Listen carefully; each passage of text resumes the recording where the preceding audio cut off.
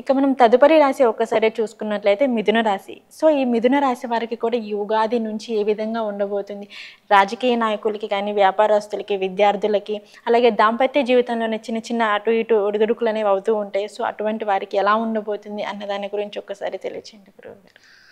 ఇక్కడ మిథున రాశి అంటే మనం మృగశిర నక్షత్రం 3-4 పాదాలు, ఆరుద్ర నక్షత్రం 1, 2, 3, 4 పాదాలు, పునర్వసు నక్షత్రం 1, 2, 3 ఈ నక్షత్ర పాదాలలో జన్మించిన వాళ్ళందరినీ కూడా మనం మిథున రాశి జాతకుల కింద పరిగణిస్తాం.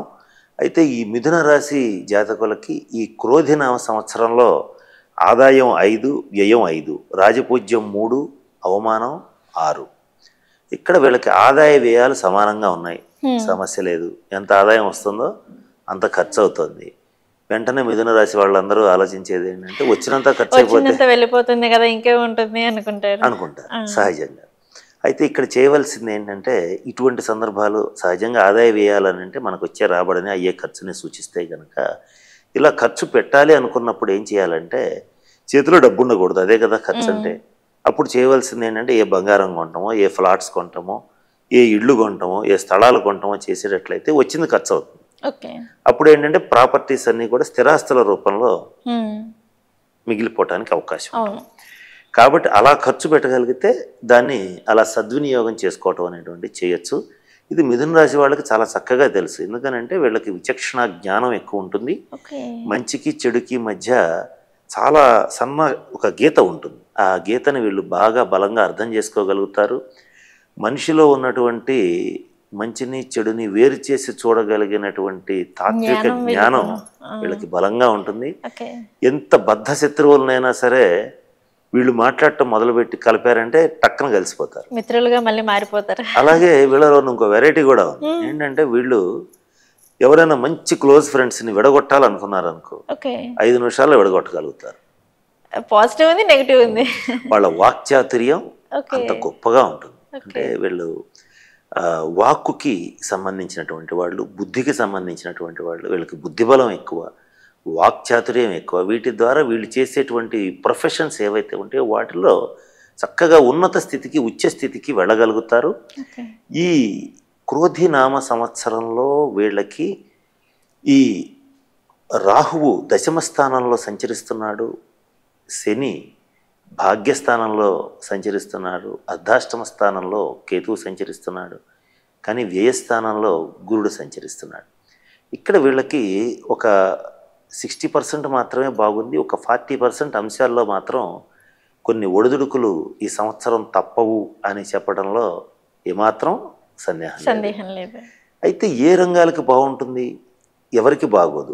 మిథున రాశి వాళ్ళకి బాగోదు అని అంటే అందరికీ బాగోదు అలా ఏమి ఉండదండి. కొంతమందికి వాళ్ళు చేసే రంగాన్ని బట్టి, వాళ్ళ వ్యక్తిగత జాతకాన్ని బట్టి కూడా ఉంటుంది. అవి ఏంటనేది మనం ఇప్పుడు కొంచెం డీటెయిల్గా మాట్లాడుకుందాం.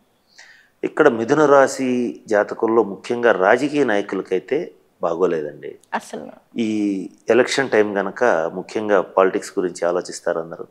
మిథున రాశి రాజకీయ నాయకులు ఎవరైతే ఉంటారో వాళ్ళకి ఎక్స్పెక్ట్ చేసిన స్థాయిలో గెలుపు లభించడం కష్టం. కొంత ఈ విషయంలో జాగ్రత్తగా ఉండాలి. వ్యక్తిగత జాతకం చూపించుకోవాలి, అన్ని జాగ్రత్తలు తీసుకోవాలి. రేపు ఎలక్షన్స్ నాటికి ఏ చిన్న అంశాన్ని వదిలిపెట్టకుండా ప్రతి అంశాన్ని పరిగణనలోకి తీసుకుని అంటే పోరాటం కొంచెం బాగుంది అన్నారు కదా, వాక్శుద్ధి బాగుంది కాబట్టి ప్రజల్ని మైమర్పింపజేయగలుగుతారు. జనాకర్షణ వీళ్ళకి బాగుంటుంది, అదంతా బాగుంటుంది. కానీ ప్రాబ్లం ఏంటంటే గ్రహగతులు గోచారం అంత అనుకూలంగా లేదు, గురుబలం లేదు వీళ్ళకి. గురుబలం లేకపోవడం వల్ల కొంచెం, గురుబలం ఉంటే సునాయాసంగా గెలుస్తారు, గురుబలం లేకపోతే బాగా చెమటోడిస్తే గానీ గెలవరు. ఏం పర్వాలేదు మాకేమవుతుంది అని గనక అనుకుంటే మాత్రం ఓడిపోయే అవకాశాలు ఉన్నాయి. అది ఇందులో కాబట్టి మిథున రాశి రాజకీయ నాయకులు జాగ్రత్తగా ఉండాలి. ఇక మిథున రాశిలో వ్యాపారస్తులకి, వ్యాపార వర్గం వాళ్ళకి ఇది బాగానే ఉంది. ఎందుకనేనంటే వ్యాపారానికి సంబంధించిన గ్రహాలన్నీ కూడా వీళ్ళకి అనుకూలంగానే ఉన్నాయి. అట్లాగే వీళ్ళకి దశమంలో ఉన్నటువంటి రాహువు కూడా వీళ్ళ వ్యాపారంలో సడన్గా హైప్ ఇస్తాడు, అంటే ఊహించనటువంటి లాభాన్ని ఇస్తాడు. అలాగే కొత్త ప్రాజెక్ట్స్ కానీ, కొత్త బ్రాంచెస్ కానీ ఓపెన్ చేయగలుగుతారు. బంగారం, వెండి వ్యాపారాలు చేసేటువంటి వాళ్ళకు కూడా రాహుబలం వల్ల చాలా బాగుంది. ఇక ఈ భాగ్యస్థానంలో ఉన్న శని సంచార రీత్యా తల్లిదండ్రుల్లో ఒకళ్ళ యొక్క ఆరోగ్యం విషయంలో కానీ వాళ్ళతో వీళ్ళకున్నటువంటి రేపో అంటే వాళ్ళతో వీళ్ళకున్నటువంటి సన్నిహిత సత్సంబంధాలు ఏవైతే ఉంటాయో అవి కాస్త దెబ్బతినే అవకాశం ఉంది. కుటుంబంలోనే కొంత వ్యతిరేకతలు వచ్చే అవకాశం ఉంది. అలాగే సోదర వర్గంలో సోదరీ వర్గంలో అంటే అక్క చెల్లెళ్ళు అన్నదమ్ములు వీళ్ళతో కూడా కాస్త భేదాభిప్రాయాలు వచ్చి అవి పతాక స్థాయికి చేరుకునే అవకాశం ఉంది. తద్వారా కొంత కోర్టు కేసులు కావచ్చు, కొంత ఇబ్బందులు పడటం, మానసిక క్షోభ, ప్రతి విషయం గురించి కొంత నెగిటివ్గా ఆలోచించడం ఇట్లాంటివి ఈ సంవత్సరం ఏర్పడే అవకాశాలు గోచరిస్తున్నాయి. ఇక చతుర్థ స్థానంలో ఉన్న కేతుగ్రహ సంచార రీత్యా వీళ్ళకి స్త్రీ మూలకంగా కొన్ని ఇబ్బందులు వస్తాయి. అంటే ముఖ్యంగా తల్లి కానీ తల్లి తరఫు బంధువులు కానీ మేనమామలు కానీ వీళ్ళ నుంచి కొంత ఎక్కువ ఇబ్బందులు వచ్చే అవకాశం. మాతామహుడు కేతు అంటే మాతామహుడు వాళ్ళ తాలూకు బంధువర్గం వాళ్ళ నుంచి కూడా కొంత తల్లి వైపు వాళ్ళ నుంచి కొంచెం రిస్క్ వచ్చే అవకాశం ఉంది. అటువంటి రిస్క్లు వచ్చినప్పుడు మాత్రం కేతువుకి సంబంధించినటువంటి శాంతి పరిహార క్రియల్ని జరిపించుకోవాలి. ఇక ఈ మిథున రాశిలో ఉన్నటువంటి విద్యార్థులు మాత్రం చదివినటువంటి అంశాలు ఎగ్జామ్ టైంలో కొంచెం మరపుకొచ్చే అవకాశం ఉంది. కాబట్టి వీళ్ళు ఖచ్చితంగా ఏమాత్రం అవకాశం ఉన్నా మేధో దక్షిణామూర్తి యొక్క స్తోత్రాన్ని చదువుకోవాలి. అయితే ఈ స్తోత్రం చదువుకోవాలంటే అందరికీ నోరు తిరగచ్చు, తిరగకపోవచ్చు. అలాంటప్పుడు ఏంటంటే కొంచెం సెల్ ఫోన్స్ ఉన్నాయి కనుక ఈ రోజున అందరికీ దాంట్లో పెట్టుకుని కనీసం ప్రతిరోజు ఉదయం స్నానం చేసిన తర్వాత వింటే ఆటోమేటిక్ కొంతకాలానికి నోటికి వస్తుంది. అలా చేసుకునేటట్లయితే విద్యలో మంచి స్థితికి వెళ్ళగలుగుతారు.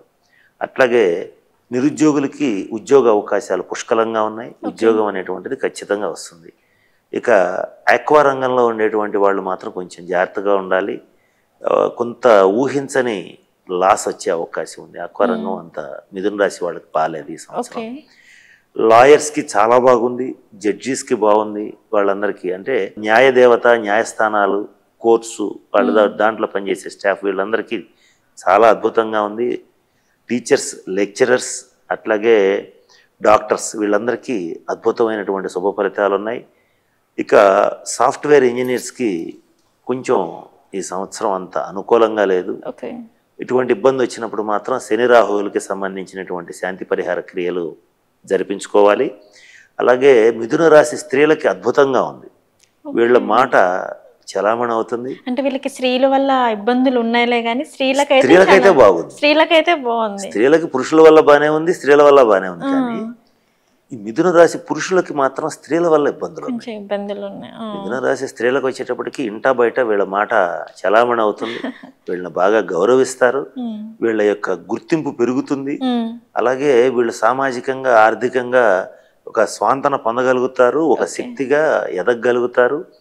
అలాగే గార్డెనింగ్ వంటి వాటిల్లో అట్లాగే వీళ్ళు మంచి అభిరుచి ఉంటుంది వీళ్ళకి. అంటే సంగీతం, రైటింగ్ అంటే రచయితలు, కళాకారులు, సినిమా రంగం వాళ్ళు వీళ్ళందరికీ చాలా బాగుంది. మీడియా రంగంలో ఉన్నటువంటి వాళ్ళకి కూడా బాగుంది. ఈ రంగాల వరకు మంచి శుభ ఫలితాలు ఉంటాయి. సపోజ్ ఒక మిథున రాశి ప్రొడ్యూసర్ మూవీ తీస్తున్నాడు అనుకోండి, ఆయనకి ఆ మూవీ ఖచ్చితంగా ఈ సంవత్సరం సక్సెస్ అవుతుంది. ఒక యాక్టర్ ఉన్నాడు, ఒక సాంకేతిక నిపుణుడు అంటే టెక్నీషియన్స్ ఉంటారు కదా, టెక్నికల్ పర్సన్స్ మిథున రాశి వాళ్ళకి వీళ్ళకి కూడా చాలా బాగుంది. వీళ్ళ విషయంలో ఇబ్బందులు ఏమి లేవు, వీళ్ళ గురించి ఆలోచించాల్సిన అవసరం లేదు, వాళ్ళకి బాగుంది. ఇక ఎవరైతే వివాహ ప్రయత్నాలు చేస్తుంటారో వాళ్ళకి వెంటనే సక్సెస్ కావడం కష్టం. చాలా బలంగా ప్రయత్నం చేస్తే కానీ ఈ సంవత్సరం వివాహ ప్రయత్నాలు అనేటువంటివి జరగవు. ఈ సంవత్సరం ఎవరికైతే సంతానం కలుగుతుందో వాళ్ళకి వచ్చేది కొంత అంటే ఈ సంవత్సరం ఎవరైతే డెలివరీ అవుతుంది అనుకుంటారో వాళ్ళకి కొంత ఎక్కువ శాతం సిజేరియన్స్ అయ్యే అవకాశం ఉంది. అంటే శస్త్ర బాధ ఉంది వీళ్ళకి. వాహన విషయాల్లో కొంచెం జాగ్రత్తగా ఉండాలి. స్పీడ్ డ్రైవింగ్, ర్యాష్ డ్రైవింగ్ ఇలాంటివి పనికిరావు. అలాగే విహారయాత్రలు, వినోదయాత్రలు చేసేటప్పుడు కొండ మీద ఎక్కి జలపాతాల దగ్గర సెల్ఫీలు తీసుకోవడం, అలాగే బైక్స్ మీద ఇలా రేసుల్లాగా చేయడం, ఇలాంటి సాహసాలు ఈ సంవత్సరం మిథున రాశి వాళ్ళు చేయకూడదు. కొంత ప్రమాదాలు పొంచి ఉన్నాయి. కాబట్టి ఈ విషయాల్లో జాగ్రత్తగా ఉండాలి. ఇక మిథున రాశి వాళ్ళకి ఫైనల్గా చెప్పదలుచుకున్నటువంటి విషయం ఏంటంటే దేన్ని తక్కువ అంచనా వేయవద్దు. అలాగే దేని విషయంలోనూ మరీ అతిగా ఆందోళన పడద్దు. ప్రాక్టికల్గా ఆలోచించండి. మీకంటే కూడా ఈ సంవత్సరం మీ జీవిత భాగస్వామి లేదా మీ తల్లిదండ్రులే బాగా ఆలోచించగలుగుతారు. ఓకే. వాళ్ళ సహాయ సహకారాలు తీసుకునేటట్లయితే తప్పనిసరిగా విజయం సాధించగలుగుతారు. ఇది మిథున రాశి వాళ్ళకి చెప్పదగినటువంటి సూచన. ఇక వీళ్ళకి కలిసి వచ్చేటువంటి కలర్స్ వచ్చేసేటప్పటికి ఆకుపచ్చ, నీలం రంగు, మెరూన్ కలర్. అలాగే వీళ్ళకి కలిసి వచ్చేటువంటి సంఖ్య 5, కలిసి వచ్చేటువంటి వారం బుధవారం, అలాగే గురువారం కూడా బాగా కలిసి వస్తుంది వీళ్ళకి.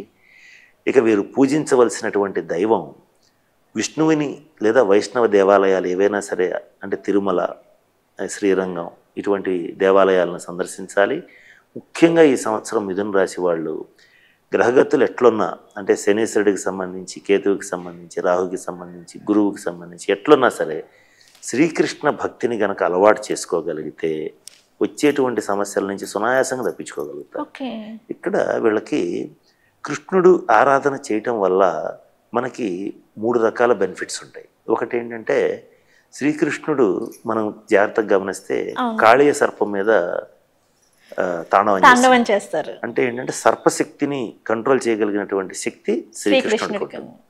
అట్లాగే శనీశ్వరుడికి గురువు గారు దైవం ఎవరంటే శ్రీకృష్ణుడు. కాబట్టి కృష్ణ భక్తుల్ని ఆయన ఏం చేయలేడు, మాటిచ్చాడు. కాబట్టి కృష్ణ ఆరాధన మిథున రాశి వాళ్ళందరూ తప్పనిసరిగా చేయాలి. ఇది చాలా సింపుల్. ఇంట్లో చక్కగా ఒక కృష్ణ విగ్రహం తెచ్చి పెట్టుకోవచ్చు. దానికే నియమాలు ఏం లేవు. ఇంత విగ్రహమే పెట్టుకోవాలి, అంత విగ్రహమే పెట్టుకోవాలని నియమం లేదు. కృష్ణ విగ్రహానికి నియమం లేదు.